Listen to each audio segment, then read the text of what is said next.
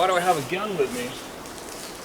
Well, I have a gun with me because I am in coastal British Columbia and it's springtime and it's bear rutting season. If you don't know what the rut means, it means mating season.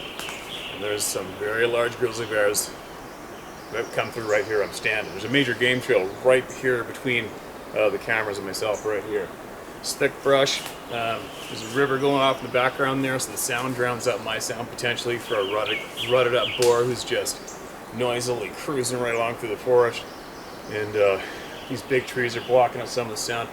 You know what? It's 1 in a million it'll happen, but if it's going to happen, it usually happens to me. So that's predominantly why I have a rifle with me. And then, of course, if you follow Dave Elias's channel, if you follow him and take the knowledge that he's generously sharing with all of us, you probably won't go out into the middle of nowhere alone without being armed ever again, right? So it's just common sense. Now, remember I made a mention on YouTube about the gun being mentioned. When you're loading up a video, they group a firearm in a group of questions. They'll say, is there any sexual content in your video? No. Is there any anger, hate speech? No. Is there any porn or whatever, adult sex, nasty shit? No. Is there any guns? Right? What? Is there any guns? Who cares? A gun's like a crescent wrench. But whatever. Right now they're in control of this method to get out information and videos to the public. They're in control. They censor it. What do, right?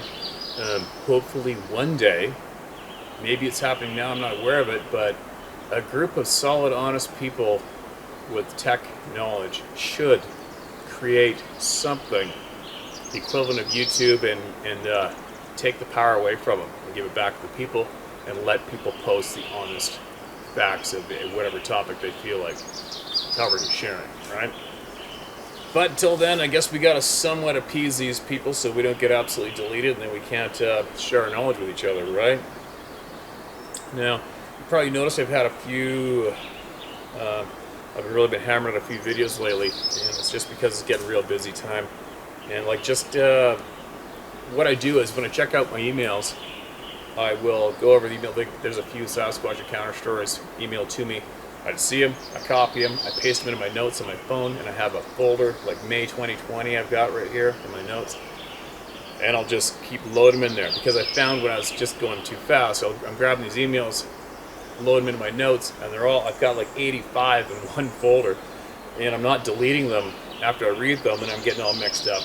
Yeah, I'm unorganized, whatever. I'm a bush guy, come on. But anyway, so just in the last 3 days, what I got, 1, 2, 3, 4, 5, 6, 7, 8, 9, 10, 11, 12, 13 emailed to me in 2 or 3 days that I just grabbed and didn't even read them, copied them, pasted them into here. There's probably, I don't know, there's easily twice as many as that I've received in the past 3 days to top it off, right? So, but anyway, like I said earlier, sharing this knowledge is just something we have to do. Nobody else is doing it. People are trying to suppress it. Why is, like a lot of people always want to know why the government or what's going to take for the government to acknowledge these things. Who cares? Name one politician that you need in your lifetime to tell you what's up. Or anything. I know I don't need one. If anything, I would love to make all politicians disappear. But obviously they're in power, unfortunately, there's nothing to do about it.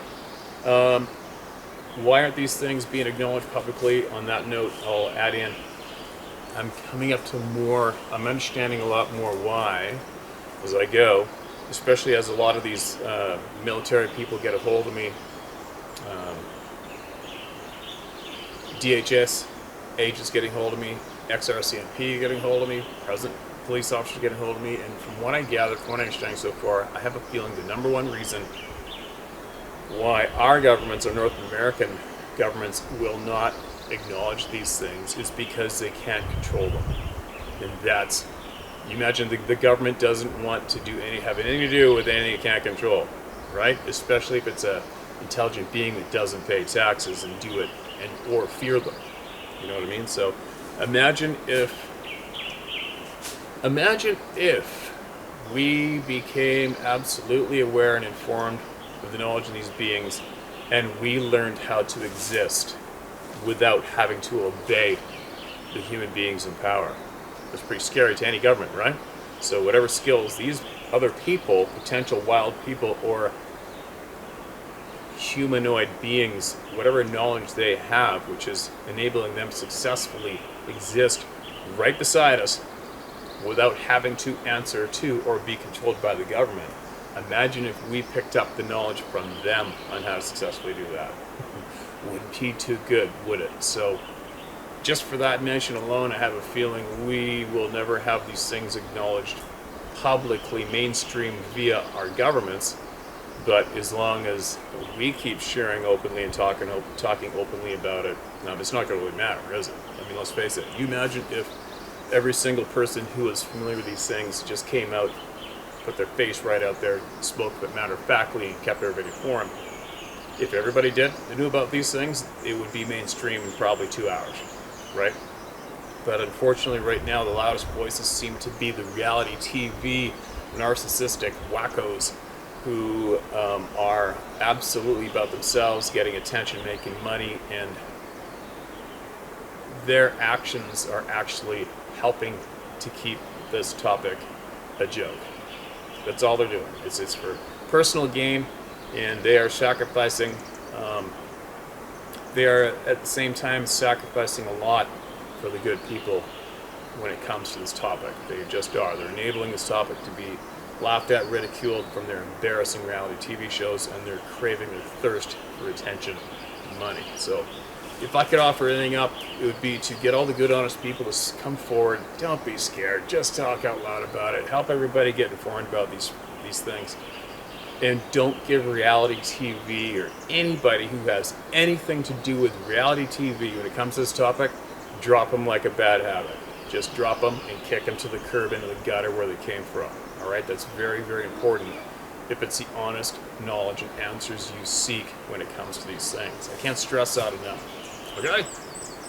All right, moving along. There's pollen all over my stupid glasses. I think I have to get one of those laser surgeries or whatever. I don't even know if I qualify, but I'll tell you what.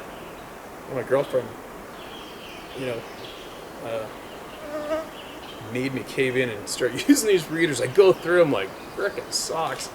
And it's a pain in the butt. I can't stand it, but obviously it makes life better. Can't wait to fix it if I can one day. Okay, now listen to this one. This is emailed to me quite recent, actually, since I was asking everyone about why is everybody scared. So listen to this. Please forgive me for my typos and grammar. Steve, one reason people are afraid is because of ridicule. To some people, ridicule is one of the worst things to be done to a person. I feel that people need validation of these creatures to put those who ridicule and make fun of back in their place. They need an underdog, so to speak. No one wants to be different, singled out, or have fingers pointed at them. I have a short story of an experience I had as an 18-year-old teenager in the mountains of Colorado. I was in a remote area by Steamboat Springs. I think the year was 1987, and it was spring. I was camping by a river in an old broken-down cabin that belonged to a friend's family. One morning, I decided to go trout fishing and enjoy the morning air and what nature has to offer. I was not at all prepared as to what I was about to see. I started to trout fish when a pebble or something hit the water in front of me. Thinking about this is giving me goosebumps as I speak, and I'm 53 now. Anyhow, I kind of dismissed the idea of it being a pebble, but maybe some fish had started to hit the top of the water. Again, another pebble was thrown into the water, and this time I figured it was coming from a tree across the river by a squirrel or something. Still yet, I figured it was nothing to worry about. It was then about that time I noticed there were no birds chirping or doing what birds do. I noticed it was dead silent other than the breeze and the water making the noise. I knew there were a bear in the area, but all I had with me was my little 410 shotgun. I knew this was not enough to kill a bear, but maybe detour it long enough for me to get back to the cabin. It was about this time I noticed movement up the rocky slope in the pine trees. I saw something with reddish-brown hair. It moved up and started to move across the hill. When I say it got up, I mean it stood up. At first I thought it was a couple of bears that were together and both standing up to get something out of a tree. I could just feel something's up, so I started to walk back towards the cabin and my little cap gun in tow, and it was then I realized it was not two bears standing up together. It was one big creature, and it was looking at me. You know, I hunt, and I've hunted all my life, and when I think about it, now I know what I saw was not fake. When you hunt and you have been around enough animals, you look into their eyes and their demeanor. This creature was most definitely real. It had my attention and we both knew it. Funny thing, as it wasn't really showing aggression, but just letting me know, hey, I'm here, you're in my spot. Maybe it was just curious about me and what I was doing. I never turned my back on the creature, and even though it was across the river, I decided I had enough and started walking backwards, never taking my eyes off the thing. I stumbled over rocks and stumps to get back to the cabin because I was basically walking backwards. It never left, and it just watched me walk away.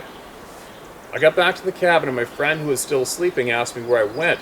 I told him what I saw, and I thought we should go. At first I was reluctant to tell him because of the ridicule, but as I told him, he did not look surprised, and he said, they have always been here, and they have never bothered anyone. Don't use my name, you can use my story if you want, sorry for the typos. I did this on my phone, and as a healthcare worker, it's hard to find time to do things these days. Take care, and please understand, sometimes the people who need the proof are the ones who have experienced something, and they are the ones who are asking for proof for themselves to know they're not crazy.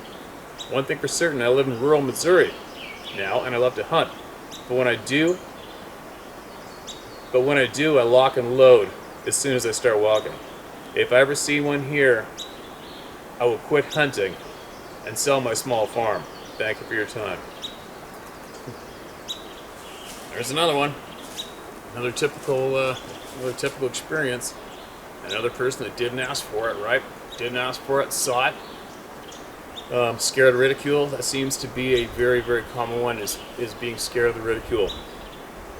I don't know. It's like I said, I just wish I had the recipe to encourage people to not be scared of people. I mean, think about it, you guys. The majority of the people that you might be scared of were probably on video fighting over toilet paper a couple months ago.